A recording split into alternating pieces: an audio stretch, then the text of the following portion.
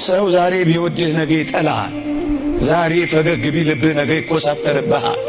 ዛሬ ቢያቆላምጥሽ ነገ ይረግምሻል። መለወጥ ያለበት ሰው ያውም የሚለዋወጥ ያውም የሚፈራረቅ ጠዋት ሌላ ማታ ሌላ የሚሆን ሰው አላፈቀረኝም ብለሽ ለምን መርዝ ትጠጫለሽ?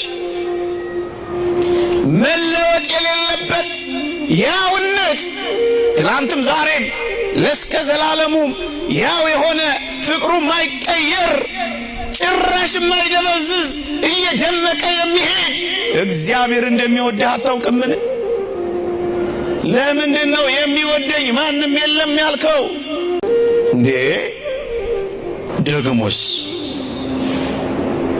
አልወደዱኝም ብለን ያኮረፍነው ፍቅር አጣን ብለን የተጨራመትነው እኮ አድሎ ያለባቸው ሰዎች ስላልወደዱን እኮ ነው። አንዱን ወደው አንዱን የሚያሳንሱ፣ አንዱን አፍቅረው ሌላውን የሚጠሉ፣ አንዱን አቅርበው ሌላውን የሚገፉ ሰዎች በምድራችን ላይ ያድሎ ፍቅር በሚፈጽሙ ሰዎች አልተወደድኩም ብለን እኮ ነው የከፋ።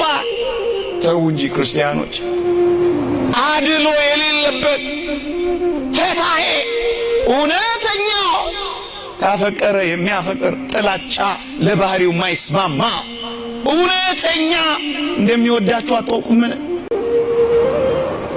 ከዚህ በላይ አፍቃሪ አለን?